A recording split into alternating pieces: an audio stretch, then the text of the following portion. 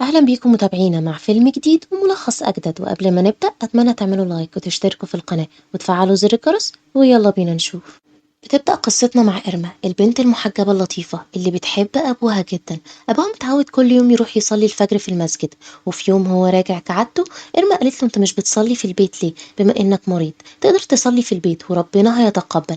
قال لها مفيش أحسن من الصلاة في المسجد، وكمان طول ما أنا قادر أمشي على رجلي إيه اللي يمنعني من صلاة المسجد؟ وكمان طالما أنت خايفة عليا قوي كده ما تتجوزي عشان جوزك يساعدني ويروح يصلي معايا. رِبْحة حضّرت الفطار، وبما إن أبوها مريض سُكّر كانت عاملة أكل مخصوص، ولمّا قاست له مستوى السُكّر لقيته عالي، واكتشفت إنه شرب قهوة من وراها بالليل، فبدأت تلومه وتقول له حافظ على صحتك، بس هو قال لها بطّلي خوفِك الزايد ده عليَّ، وإلا جوزِك هو كمان هيخاف منِّك.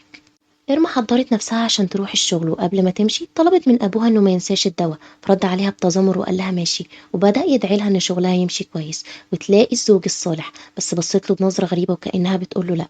وهي طالعة كان وصل أسيب المساعد بتاع أبوها، وطلبت منه ما ينساش يديله الدوا في ميعاده ويشربه العصير، وطلبت منه ما يقبلش يشرب العصير بدال أبوها بما إنه ما بيحبوش. ركبت عربيتها لكن جالها اتصال من أستي صاحبتها وشركتها في الشغل. أستي قالت لها إنها مش لاقية مصور مناسب لشغلهم، بس إرما طلبت منها تتصل بوكالات تانية، بس أستي عملت كده فعلا، بس ما كانش في حد مناسب وكمان شغلهم مش كويس. بس أستي قالت إن في واحد ومناسب جدا بما إنه كان بيشتغل مصور لأحسن موديلات الحجاب، بس المشكلة إنه أعلى من ميزانيتهم شوية. بس إرما قالت لها خليه يجي بعد الظهر نتفق معاه. إرما بتوصل شغلها وبيكون عبارة عن محل ملابس للمحجبات، وأول ما بتقعد على مكتبها وتبص في ورق الاجتماع بتلاقي فيه أخطاء، فبتنادي على دين الموظفة بتاعتها وبتحذرها من الأخطاء الإملائية، وبتطلب منها بأدب إنها تاخد بالها بعد كده. أثناء ده الموظفين بياخدوا بالهم من الموقف وبيتكلموا عن إيرما وبيقولوا إنها مديرة كويسة بالرغم من أخطاء دين كل مرة، إلا إنها بتعاملها كويس وبتفهمها بالراحة، وبيقولوا إنها جميلة ولطيفة وكمان مجتهدة جدا في شغلها، بس ناقصها حاجة واحدة وهو زوج صالح، وإنها ما اتجوزتش بالرغم من إنها في التلاتين من عمرها. إيرما سمعتهم بس طنشت وطلبت من دين إنها تعيد كتابة التقرير. أستي اتصلت بإرما عشان تقول لها إنها خلاص اتفقت مع المصور، بس في حاجة غريبة حصلت وهي إنه ما سألش عن المرتب غير لما يشوف الملابس ومضمون الشغل الأول. إرما دايما حاطة منبه لمواعيد الدواء بتاعت أبوها، وبتتصل بيه تفكره كل مرة وتوصيه إنه يشرب العصير وما يديهوش لأسيب، بس برضه عمل اللي في دماغه وما شربهوش. أستي ملاحظة إن إرما دايما يا إما بتشتغل يا إما مع أبوها، فبتقول لها اهتمي بحاجة غير الشغل، إيه رأيك تتعرفي على حد؟ إحنا رحنا دروس القرآن كذا مرة مفيش حد طلب يتعرف عليكي. بس إرما قالت لها إن دراسة القرآن للتعليم مش عشان تلاقي زوج، بس أستي قالت لها إنها عن طريق دروس القرآن عرفت تلاقي زوجها. فجأة بتدخل الموظفة عليهم وبتقول إن المصور وصل، وأول ما بيدخل هو وإرما بيفضلوا باصين لبعض، وبتبدأ أستي تعرفوا على إرما وتقول إنه اسمه يوسف، وقبل ما أستي تنطق اسم إرما هو بيقوله، فبتسألهم أستي إذا كانوا يعرفوا بعض، فيوسف بيقولوا إنها كانت معاه في المدرسة الثانوية، فبيسلم عليها.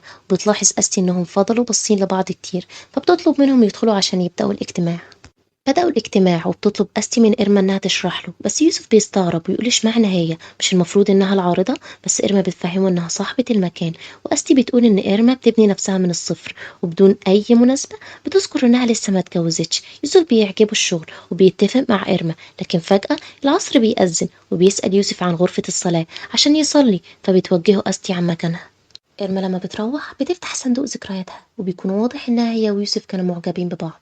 الصبح يوسف كان قدام بيت إرما وبيسأل عليها، ولما سأله أبوها أنت عايزها ليه قال له إنه أستي كلمته وقالت له إن الاجتماع هيبقى في بيتها، بس أبوها بيقول له إن ده يوم أجازتها وبدون مقدمات. أبوها بيسأله أنت صليت الفجر في المسجد ولا في البيت؟ بس يوسف قال له إن الصلاة في المسجد أكيد أفضل، وسأله كمان إذا كان متجوز أو لأ، فرد وقال لأ. فبيفتح له البوابة وبيقعد معاه، وبعدين بيفتكر يسأله عن اسمه فبيقول له يوسف، وبيبدأوا يتكلموا سوا وبيكونوا مرتاحين جدا. إرما وهي طالعة من البيت بتلمح يوسف فبتسأله هو بيعمل هنا إيه، بس بيقول لها إن أستي كلمته وقالت له إن في اجتماع في بيتها، بس إرما اعتذرت له وقالت له إنها أكيد كانت بتهزر معاه، ده لأنها أصلا مش فاضية النهاردة وعندها درس فقه. فبيقترح أبوها إنهم يروحوا سوا، بس إرما بتقول إن الدرس مخصص للنساء بس، فبيطلب منه أبوها إنه يقعد معاه يلعب شطرنج ويشرب الشاي.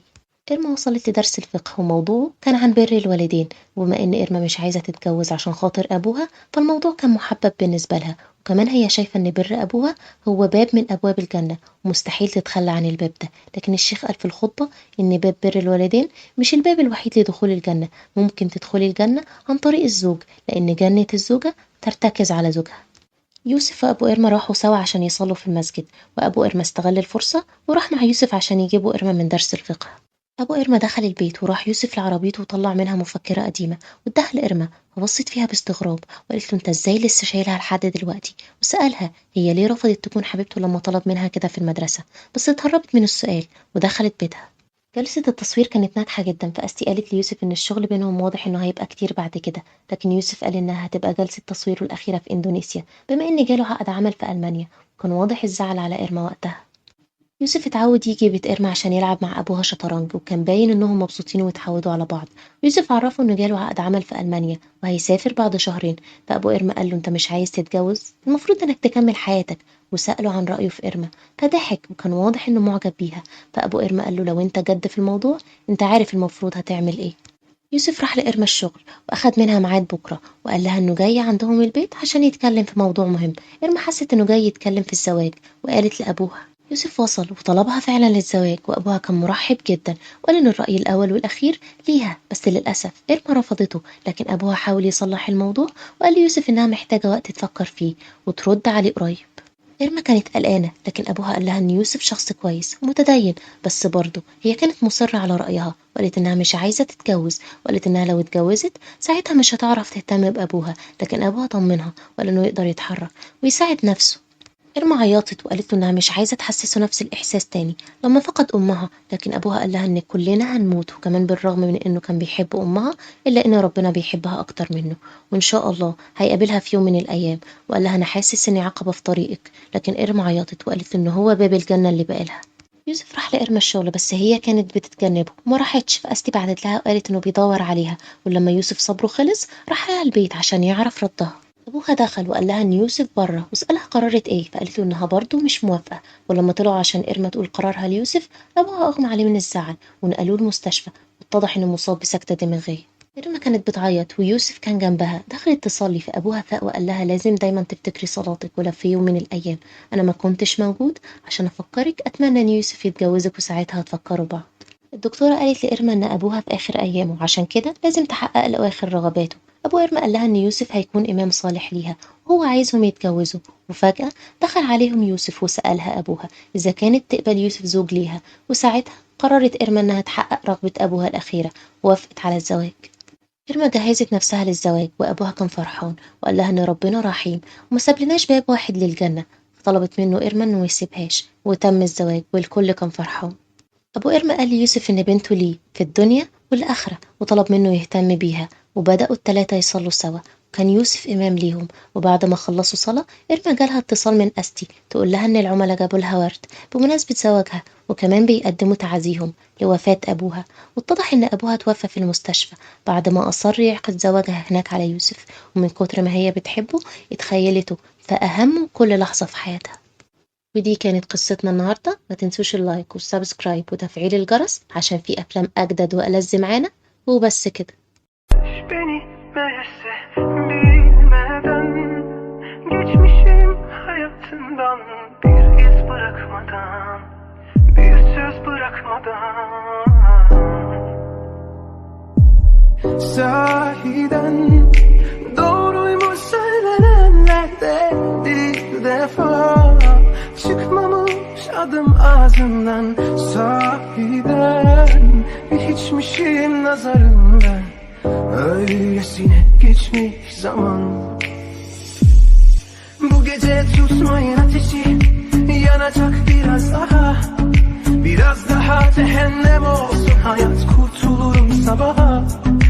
Bu gece tutmayın